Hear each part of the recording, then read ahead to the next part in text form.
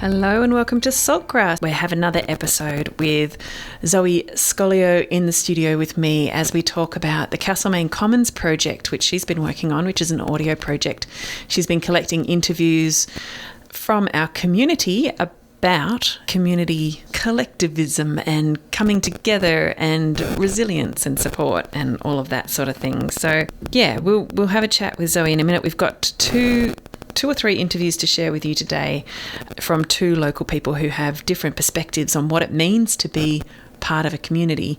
Before we get started with the show, I'd like to acknowledge that we are on Jara country, home of the Djadjurrung people who have been caretakers and protectors of this land for tens of thousands of years. Always was, always will be Aboriginal land.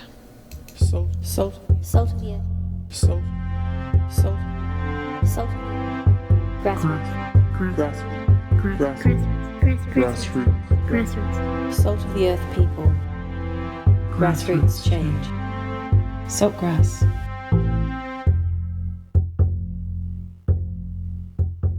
Listen to all episodes of Saltgrass on your podcast app or at saltgrasspodcast.com. All right. Hi, Zoe. Hi, Ali. Welcome to the show again. And Thank you. Can you maybe just give us a recap about what this project is and what you've been working on? Yeah, so I got the chance to come in a fortnight ago and have a chat with you, which was great, about this project I've been working on with the Castlemaine Commons here. And during these sort of lockdown times, I've been collecting stories by going for walks and talks with people in the community to collect stories around community care and community organising, to kind of get a sense of this place that I've only recently moved to as a new person living here, and also in response to the increasing need to care for each other and collectivise in times of increasing precarity, also brought on through the climate crisis and the pandemic, which has very much shown our need for each other in order to survive and thrive. And so today I've got some excerpts of some conversations that I had with local ecologist Carl Just. I hope I'm pronouncing his name correctly. Yep, I believe you are. And local writer and historian Robin Anea. Had a really great time walking with them and hearing about what came to mind. So very meandering conversations and strolls. So yeah, there's just a few little clips here. I don't know if we want to dive straight in or if you want to hear a bit more, Ali, about the project. Yeah, look, I think the thing to mention here is, again, we're really inviting people to give us feedback on what you're hearing and what you see emerging out of these various audio interviews that you've collected, Zoe. Yeah. And there's a couple of ways to do it. The text in line, we'll be able to read out whatever you text into that number, we'll read it out on air so people can hear what you've said. And the other thing we've done is create a Facebook event.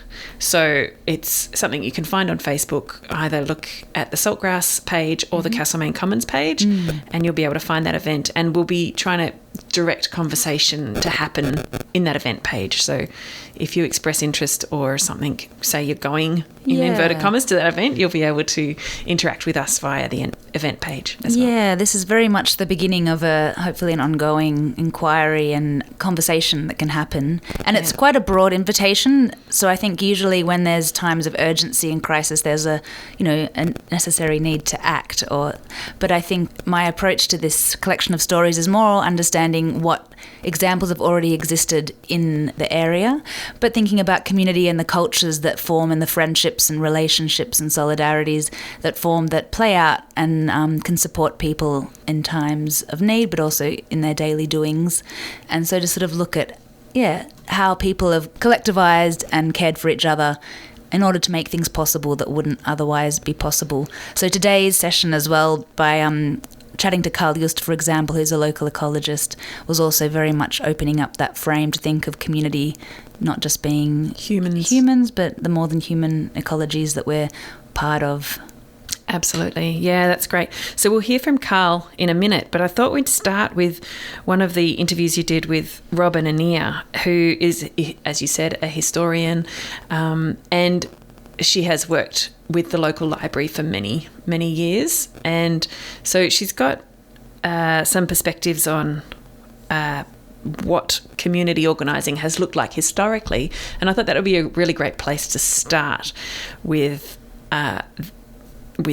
her descriptions of some of the really, like, only as far back as white colonial history has been, but some of the ways that this town even formed via community getting together and advocating for particular things. So we'll start with that one, and then we'll come back and share some more stories after this. So this is Robin and Ia having a talk about the history of collective action in the Castlemaine region.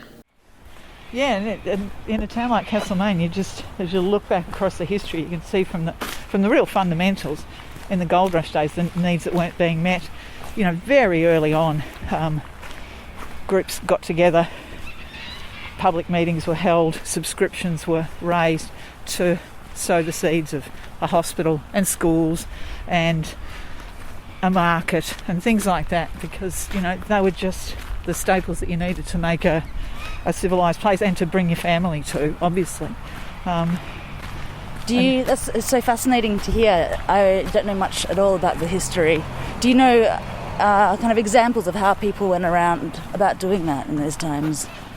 Well, I mean, in the earliest times and in the times of the monster meeting, you know, it literally was putting placards on trees. You know, the town took shape and had a heart very early on, so you'd put placards around the market square, which was one of the first sort of gathering places. And you know, it was a while before there was a newspaper, but once there was, things became easier that way. But, you know, word of mouth, word of mouth worked. People had a lot to do with one another, and you know, had connections across the goldfield through back home connections or religious connections or whatever. Of course, that was the other thing, was churches. Churches were formed very early on, so that would have been another way that brought people together to say, let's build a hospital and so on, through their church meetings. Yeah, because there are so many churches here. Yeah. But see, that was the time that was. I mean, it wasn't just how you practiced your spiritual beliefs, but it was how you formed a community. It was how you formed a community, how you found the people who shared your values and worked with them towards something. And in the first instance, it would be building the church itself, but beyond that, it was, you know, community-wide. So, yeah, churches were a stand-in for all sorts of other institutions that we'd have today. That wouldn't be as permanent, that wouldn't have such troublesome architecture to upkeep. Yeah, it's interesting where today, you know, being much more secular in lots of ways, what are the institutions or the spaces that can hold community in such a way with sort of deep meaning, but also care and a whole sort of way of fostering connection. Well, yeah, and I mean, some of it does seem to come down to having a building. I mean, I think they knew that you build this building and not only will they come, but something will also stay. Same with the library, in a way. And, you know, now our values and concerns and priorities, as they're looking at the owls, I guess, are shifting. And perhaps we do, you know, our things can be done in any building. Oh, up there, right it's up there, those white and grey shapes. I heard the babies are also somewhere. Out and about. Oh, really? Because we had one, it might have been one of their babies at the hospital. Yeah. So. Just going back to the comment you made about sort of gold rush times and the early institutions that were formed or like people advocating for. You said a hospital. Yep. What was the other thing? Schools. Schools. The market, although that was always seen as a local government or a government responsibility, but you know, it was very much formalising a market was very key to people's vision of how you formed a town and how you gave a heart to your town. So those things are important. But you know, really a hospital from the word go, it was like we need people were always getting sick, people were always getting old, lots of accidents in those times and lots of illness. People needed a place to die apart from anything else, and someone to be with them when they did. So the hospital was just seen as so important from the outset. Do you know if there was much resistance met? Hello. If there was much resistance met in terms of the community trying to advocate and instate some of these? No. It was always welcome. I mean, these were the markers of civilization, and really the government itself was very keen to see the goldfields settle down and become a more civilised place. It seems a place full of, adventurers, as they call them, who were only interested in their own ambitions. So things like that, starting institutions, old world institutions that were about caring for your fellows, were always welcomed with, government grants and so on. But, the community had to seed support for it and usually put in some money, subscribe money to kick the thing off. It was really happening on the ground.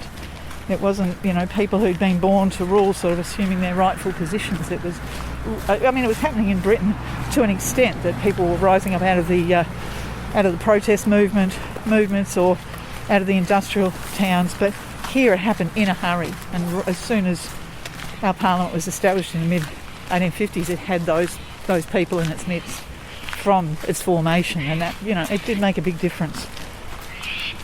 And it made a big difference to how, because they came from the goldfields or from rural Victoria, they didn't see it as a city-centric enterprise. They really knew the conditions on the ground. The push very early on was for government, whether it was local government or colonial government, to adopt some of these caring roles in an official way, to provide funding for hospitals and other caring institutions, schools and even just local government, to make these things happen. They even had to agitate to have a local government.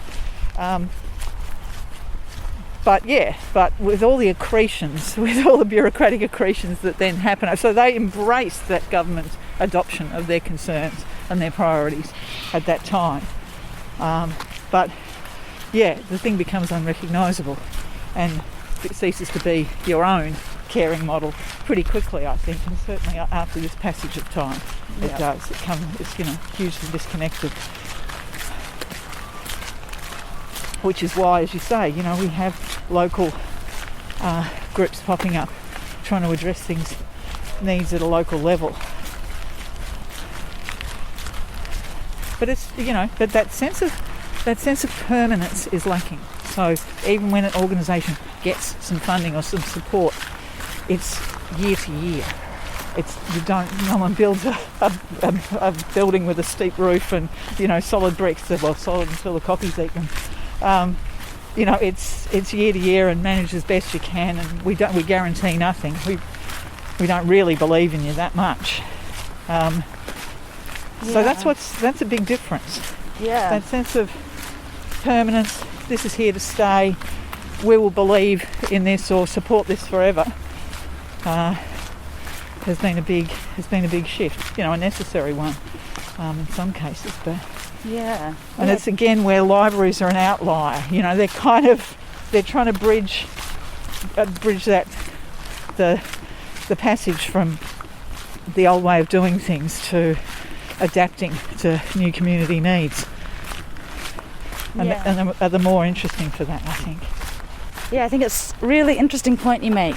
And also as an artist who's always applying for grants and art projects, and the level of competition and individualism that then is fostered because of the way the funding is distributed and the models that exist. And, in these times where, there's the need for different forms of caring for each other or pooling resources or understanding not just an individual project but how it can benefit or be connected in with others who maybe have similar projects, and rather than acting in competition, like how to find out about each other or find ways to connect. Right, and and if you were to, imagine that in a gold rush tent model, you'd have someone who would attend to the drudgery perhaps for some percentage of the time, and you'd take turns at it and get to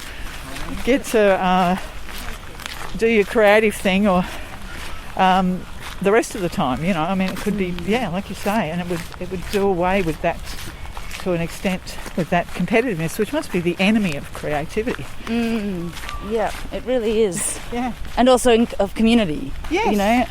So building up solidarity. Yeah. Yeah, but I think also that another point in that comment you made was just the need for a longer term commitment of values or ethics. So I mean, part of that is the fact that, you know, the paradigm now, which it certainly wasn't then, was change is the only constant. It's the only thing that we can rely on. So, you know, a government embracing that just says, well, you know, we support your project this year, but we're going to be more interested in something else next year. And you just got to ride with that. And also, of course, partisanship. So I think in governments, I mean, there's always been divisions between the two sides, or more than two in governments, but with the increasing partisanship, you know, what one government supports, the next government will almost make a policy of not supporting. And that didn't used to be so much the case. It was more like, we share these constant values. There you go. That was Robin Anir. She said some really great things about the history of people getting together and collectivising, really, and gathering as a community to agitate for changes, especially right at the very beginning of settlement, white settlement here, when it was really a wild gold rush kind of era, the Wild West in Australia, really, the Wild South maybe is how we'd describe it here. We did get a text in from someone as they were listening to that saying, "Love you guys," which is nice. Thanks. So really, one of the things that stood out for me right at the end there was the idea of sort of that competitive process of getting grants and funding that we exist in these days is kind of the enemy of creativity, and then you said, and of community. And that really resonated with me because I just put in a grant application today. But I, you know, as someone who's worked in the creative fields and someone who's worked in community, I know what a constant stress and struggle it is for community groups to stay funded and stay motivated. And sometimes it just feels like a hamster wheel of you employ someone to do the funding so that you can employ someone to do the fundraising. Do you know what I mean? Like it becomes really self-defeating in some ways, so that the group that's trying to affect change in our community is so taken up with trying to raise money that they can't actually do the work that they're there to do as effectively as they'd like to, you know. Totally. I think there's a big level of burnout and exhaustion all around the place, but also in a lot of volunteer and community organising where people are really passionate. But it's a hard slog. It's very difficult to try and get things moving sometimes. Yeah. And to get support and financial support to back it. And that idea of competitiveness, which is a very capitalist idea, is like we're all in an equal race, supposedly, and we're all competing against each other to succeed. It's a very, I don't know, I feel like it is very counter to what it takes for a community really to be strong, because that takes everyone to be interwoven and trusting each other and not feeling like we're enemies or competing for the same resources, but that we're helping each other do the things that we all want to see happen. Yeah, it's a really different mindset, isn't it? Definitely. I think that sounds really interesting to sort of hear that example of early gold rush times and the sort of, what were they called? Adventure, the sort of deep individualism of everyone trying to carve out some wealth for their own, to understanding all of the needs and the care needed for people's, to survive, and then the shifting of instituting forms of care and community. But that sort of shift also nowadays, thinking about, this highly neoliberalised way of living and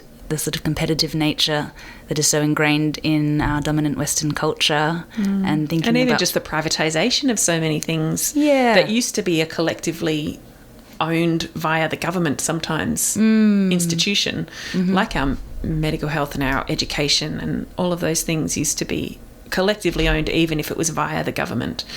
Yeah, I mean, we're very lucky in that there are, there's Medicare, there are social services and things, like, compared to what it was like then. But that's obviously becoming increasingly eroded. So I think I found it really great chatting to Robin. We were walking through the botanical gardens, by the way, doing some laps. I love those moments where you said hello to someone as they walked past. And yeah, you always see a familiar face, even, in the couple of years that I've been there. Yeah. Been here, I'm noticing that. And some powerful owls that we stopped to have a look at on the way. Yeah, fabulous. Yeah. So, yeah. Go on. Oh, there's lots I can talk about, and I think there's a lot that links in with this next clip that we're going to share, which is Carl Joost talking about the endangered local Eltham copper butterfly and the symbiotic relationship it has with an ant species and the sweet burstia plant that. Yes, and it's so interesting how, he didn't know what you've been talking about with Robin and Nia, but he instantly went to those same themes of competitive versus cooperative. And I think you'll hear that as you hear this piece. So this is Carl Joost, and it's a shorter piece. It's only 3 or 4 minutes long, so we'll be back in just a second. But have a listen to this and see if you can hear the links between this and what Robin had just been talking about. It's funny that I think our own ideas about how species fit together often reflect our own kind of way of seeing the world. So it's funny, the theory of evolution, it focuses on competition between species, but I think in Australia particularly it's quite obvious that kind of species collaborating and working together is actually really essential for their survival. That's how a lot of species have managed to get through really rough climates and dry times and that kind of thing through actually helping each other rather than just this idea of competition. So my favourite example is probably the Eltham copper butterfly. It's a threatened butterfly species that we have in Castlemaine. But the Eltham copper, it's got this amazing relationship with a species of plant and a species of ant, and it can only survive if it's got those other two species. And so the way that relationship works is that the butterfly actually lays its eggs at the base of the Beceria plant, which is like a kind of small to medium spiny shrub with really beautiful white flowers, really nectar-rich flowers. So it lays the eggs down the base of the plant, and the ants actually have their nest down at the base of the plant, and they actually lay their eggs pretty much where at the ant's nest. And a lot of other species, humans do it as well. There's a lot of communication that happens via pheromones, so it's kind of like chemicals are released that can actually, transmit information, different to using language, but more using kind of chemical signals. And so when the butterfly is laying its eggs, these pheromones are released, and the ants seem to get quite excited, and they come out and actually receive the egg of the butterfly and take it into their nest. And then the caterpillar actually hatches in the nest of the ants, and every night when it's old enough, what it does over the kind of winter and spring months, the caterpillar will come up at night time and feed on the foliage of the sweet Beceria plant.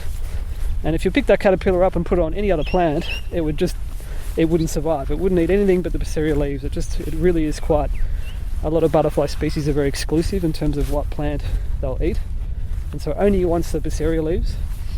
And so every night the caterpillar is going up on this journey, and the ants follow it and essentially look after the caterpillar. So there's other things that could actually attack the caterpillar, like wasps or other more aggressive ants and this kind of thing. But these little ants called the Notonkus ant, they swarm all over the caterpillar's back while the caterpillar's just feeding on the Beceria leaves, and they protect it from other species. And in return, the caterpillar's got these kind of glands on its back where it excretes these kind of sugary substance, like a kind of nectar, and the ants are feeding on that as well. So there's like this kind of exchange happening where the caterpillar is getting protected, but the ants are also getting a bit of a reward. So it's kind of cool how there's you need all three species: the Beceria plant, you need the Notonkus ant for the Eltham copper butterfly to actually be able to survive anywhere. And we're just walking up below Kalimna Park, and there's quite a few populations up in these hills here. There's so much that we still don't even know about these species. We're still discovering more information, and a lot of it I think has been pretty recent in a way, in terms of how the relationship works. But like I said, there's so much we still don't know about how the ants communicate with the butterfly and how the relationships can work. We're often we're kind of always seeing things through the lens of how we see through our language, but there's a whole other ways of being that are beyond our comprehension. That was Carl Joost. and talking about the Eltham copper butterfly, which is a species of animal that is symbiotic, as he was explaining, and it's something that's, we've had an Eltham copper butterfly festival here in Castlemaine. It's such a wonderful and rare thing, and I think it's such a beautiful example of exactly what Carl was talking about, of that collaborative, and how much stronger you are when you're collaborating with another species than when you're just trying to, survive on your own. Survival of the fittest as a myth of evolution. Yeah. Yeah, it's sort of integrating, like Western science has now been catching up in terms with with Indigenous and other non-Western paradigms and knowledge systems, in terms of understanding ourselves as interdependent and part of a greater ecology rather than the hierarchy of survival of the fittest. But it's about ingraining, now that we know that's how ecologies work and how life functions, it's like, how do we integrate that knowledge into the ways we organise ourselves in our more human realms. And I loved this example of interdependence, how deeply we need each other, also across different, so these are obviously different species, but this idea of community not just being a monocultural thing, not just the one entity, but that solidarities are needed and relationships are needed across difference. And that's, I think, a really key thing, where you can hold that, unique kind of features of different communities or different species within the same space. And I think that's a beautiful example with the ant and the sweet excretion of the butterfly as it's resting. Yeah. And I think the other key thing that I find really interesting in both of those excerpts that we just played with Robin and Carl is the sort of longevity or the duration. Both talk about really like long-term support structures that are needed for supporting community and cultures to thrive. Robin, for example, was talking about churches, the building of, big buildings, and how much they indicate a vision of a long-term support structure for a community and a certain set of values and ethics and ways of being in relation with each other. And Carl's example of these endemic species that are specific to this region, and the ants and the butterfly, the Eltham copper butterfly, only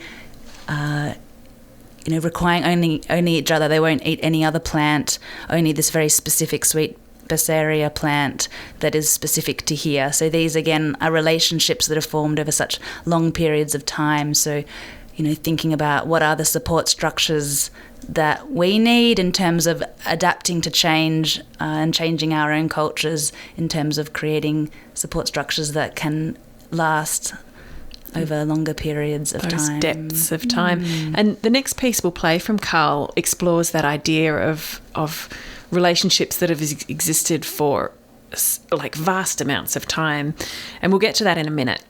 But I think what we'll do is break and have a bit of a song first, so that everyone can go to the loo and do what you need to do. So we'll be back in a minute, and we'll have a few more minutes of Carl talking about different ecological relationships and how that, hopefully reflects back to us what's possible in terms of community, really. And we've also got another short clip from Robin, if we have time, talking about some examples of community action and, self-advocating communities that then support each other long term, and how that can change and grow over time. So hopefully we'll be able to fit that one in. But let's listen to a song first. This is your choice, Zoe. This is Beverly Glenn Copeland. Yeah, Sunset Village is the name of the song, and my friend Casey put me onto this song and this artist, and it's a very relaxing song, as you'll find out, called Let It Go is the key phrase that's said. But I think in relationship, actually, to what we just heard, for me, I've been thinking a lot about support structures and how to feel safe enough and held enough to actually relax and let it go and flow. So if you're listening and you're in a space where you want to just chill out for a moment, I invite you to let it go and enjoy this song. if you're driving, hold on to the wheel and stay focused. But anyone else, it's like, you know, in meditations, they're like, if you're driving, we don't recommend you do this meditation. But everyone else, let go, just relax. And maybe I'll just also add, in terms of letting it go and support structures, just thinking also about community, like when you feel held and supported, you can chill out and not feel like you have to solve the world by yourself. I think that's so important. You see so much burnout, and especially in the climate movement, there's a lot of guilt and a lot of personal responsibility, and everyone feels like, you know, it's so much bigger than them. And the idea that all of us together can make change is actually kind of hard to grasp sometimes. Sometimes people feel like it's on me to solve all of the world's problems, and that's just crushing. And otherwise you feel despair because you feel like I alone can't do it. But if you can really, really just lean into this idea that collectively maybe we can do it, that is where hope lies. Exactly.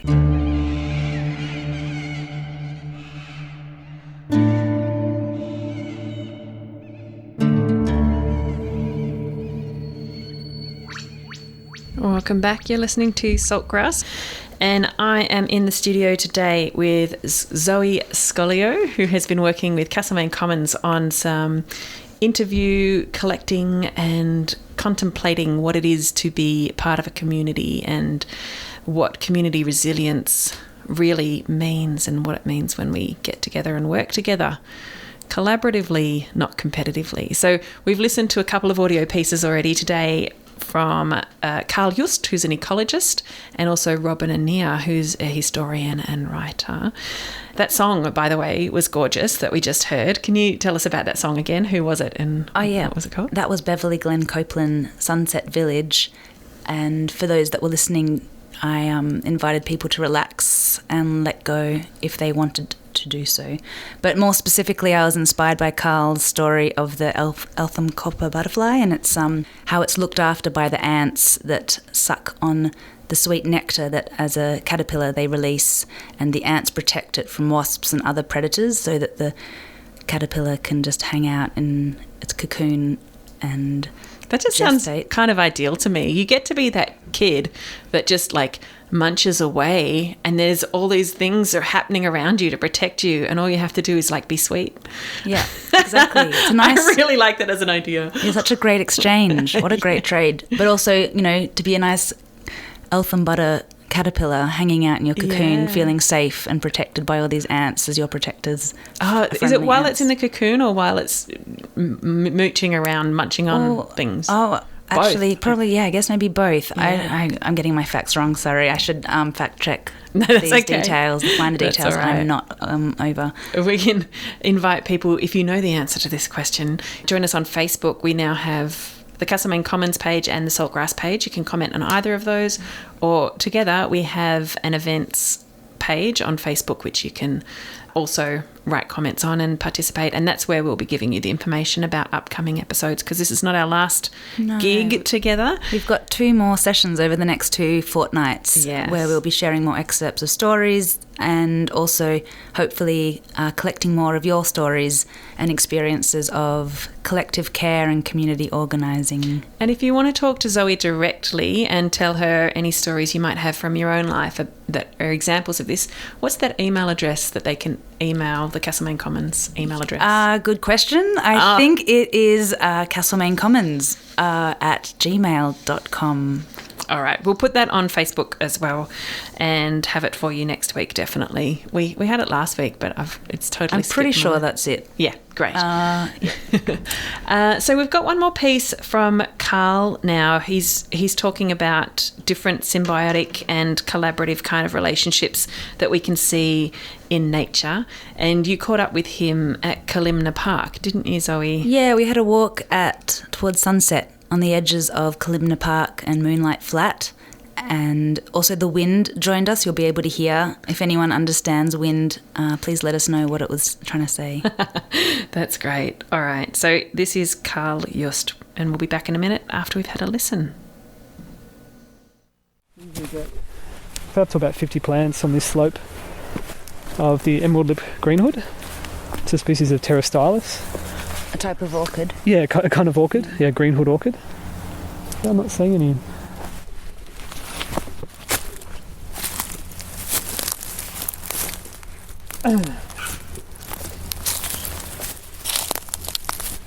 this is a waxlip orchid leaf. Oh yeah, what's that one? Sorry. It's a waxlip orchid, Glausodia. It's kind of like a lovely purple flower on its out. But yeah, the orchids are really interesting because they also have these really tight relationships, particularly with different species of fungus and different species of pollinator. So using this one as an example, the emerald lip greenhood, it needs to grow where this particular fungus species is under. It's called a mycorrhizal relationship. So I think it's about 90% of our land plants actually have this reliance on having fungus in the soil. So, and it's only this, talking about how recently this research has happened, it's still so much we don't know, but even, probably the last 30 years, once again, we've become more aware of how much more important, like, the fungus is in the soil. It's not just all about the nutrient balance. It's like fungus is an essential part of our soil. And the way that, essentially what happens is that the plant might share certain sugars it's getting from photosynthesis by converting the sunlight into kind of sugar and energy and carbohydrate. Shares that with these almost like these kind of networks of, they're like root-like structures, but they're really tiny. These mycorrhizal fungus. So you imagine these kind of threads through the soil, and they'll connect to the roots of the plant, and the plant can actually share the kind of carbohydrates, the sugars, and then the fungus will get nutrients and things it's getting from like breaking down soil and rotting litter and stuff, and then sharing that with the plant. So a lot of our plants have this relationship, but orchids are really specific in terms they really won't grow unless there's a specific fungus species in the soil. So that's why some of our orchids are really restricted where they grow, because they need the right species of fungus, and the fungus isn't just everywhere. So there's that really interesting relationship happening, and what's also cool about that is that the mycorrhizal fungus might be tapping into a whole network of plants. So where it's getting that nutrients, it might actually be getting kind of, getting some energy from, say, a Basaria plant or a grass or something else, and then it's kind of, siphoning that off and sharing it with the orchid, and the orchid sharing sugars. There's all this stuff happening under the ground. It's been referred to as the wood wide web these days. It's like this idea of there being almost like an internet under the soil. And then also what the orchids really need are different species of pollinator. So, and once again, it's quite specific. So coming back to this emerald lip greenhood, which is a rare species around here, it needs certain species of fungus gnat. And the fungus gnats, they're quite an ancient kind of genus of small gnat. I think a lot of them kind of almost go back to the kind of Gondwanan era, like before Australia actually broke off from New Zealand and Antarctica, like really ancient species of insect. And so once again, unless you have the pollinator in the ecosystem, then you might lose the orchid. But the pollinator is also relying on a whole bunch of other things. So it needs, particularly seems to like the kind of shadier conditions, it might need, say, rotting logs on the ground for it to do its breeding. There's also a lot of spider orchids that have these really amazing relationships as well. We've got the Castlemaine spider orchid, a species named just after the Castlemaine area, which goes as far as the kind of Heathcote area, but it's the main populations are around Castlemaine, and it's this beautiful red spider orchid that we only get in this region, and that's got a similar relationship with a fungus, needing that particular fungus under the soil, and also having relationships with thin-eyed wasps. These species they're kind of like a flower wasp, and they feed on lots of flowers from trees and things, and then they also pollinate the spider orchid. Totally, it's, the connections just fan out, like I said, and there's, I think I've seen really great, like even pollinator diagrams where they show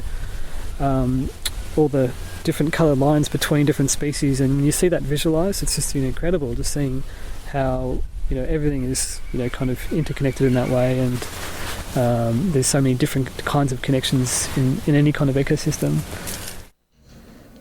There you go. That was Carl Just talking about the ecosystems around some of the invisible, I think, and like really diversely collaborative systems around fungus in the soil, which I think is relatively new knowledge, as he was saying.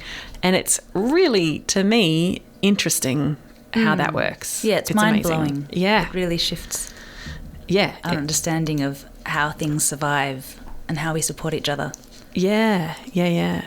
So we're almost reaching the end of the show, but we do have one more piece from Robin and Nia, which I think really ties in with this. And for me, having heard Robin's one, I'm wondering if you will hear the same thing, people out there listening.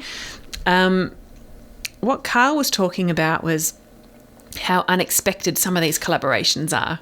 And what Robin is about to talk about is the library, community action group that emerged because the library was under threat at a certain point in time and needed community support to advocate for it. And so a group of people got together to form a group called FOCL, FOCL, which is Friends of Castlemaine Library.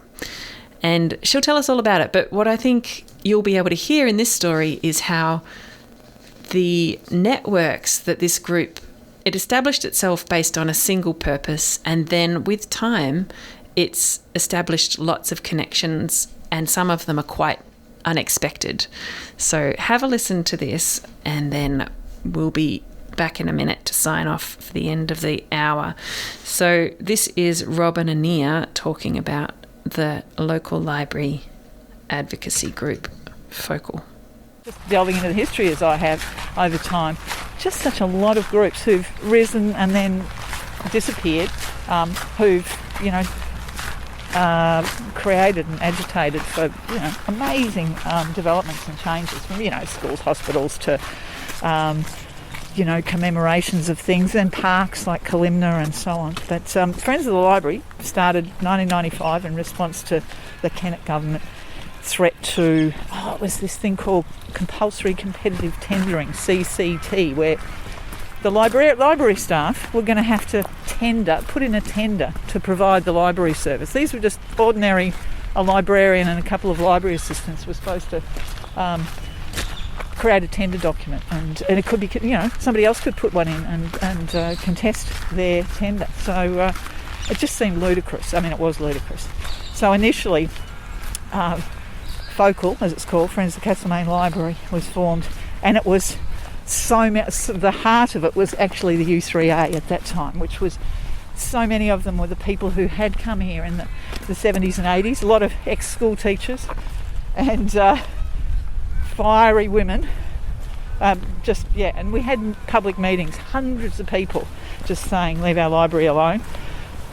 And that didn't go ahead, the CCT, and then there was this threat from the commissioners to outfit some crappy old factory and move the library in there and do something else with the library, and again FOCL sort of rose up against that. But from there, the organisation, largely as a result of the people who are running it, so Louise Jepson has been president of FOCL for maybe 20 years now. Denise, she came up with the idea that it's important to support the reading of children whose fathers and mothers are in prison in one of the prisons around Castlemaine.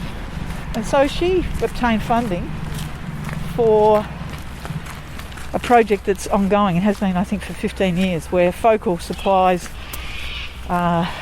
picture books and takes them into the prison. They hire a worker who goes into the prison and works with men and women, some of whom have struggled to read themselves, and end up recording them reading the story, and then the recording is sent to their children, so mum or dad can still read them a story each day.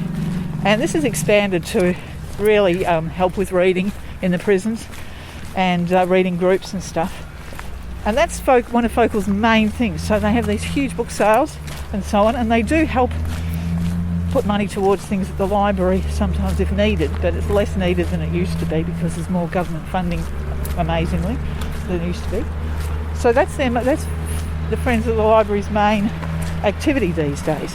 So it's really shifted, but I find it inspiring and really heartening that an organisation that is really based around a place that happens to have books in it can broaden its brief that way and take books and reading and all the things that go with that, to a bigger world. So that's FOCL. Like I say, it comes down probably to one person's mission, but it's still, it's still under the name of FOCL, and that grew out of just the usual thing, an agitation group that arose from a government threat.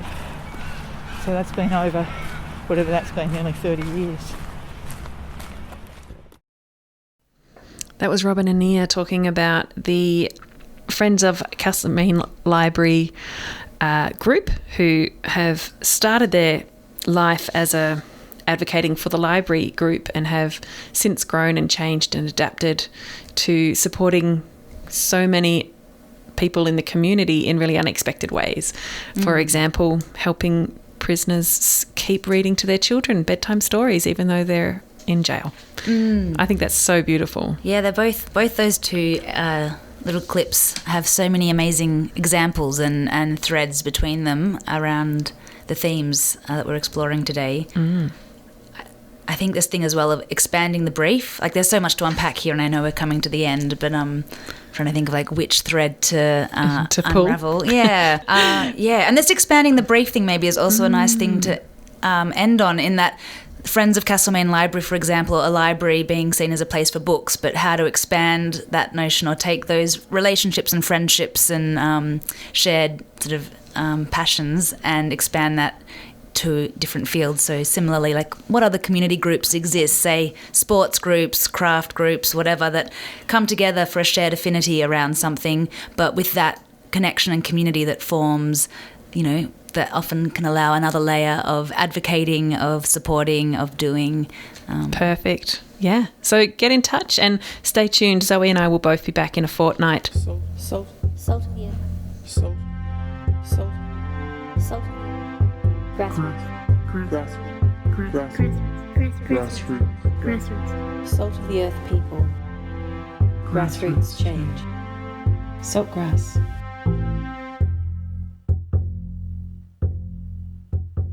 Listen to all episodes of Saltgrass on your podcast app or at saltgrasspodcast.com.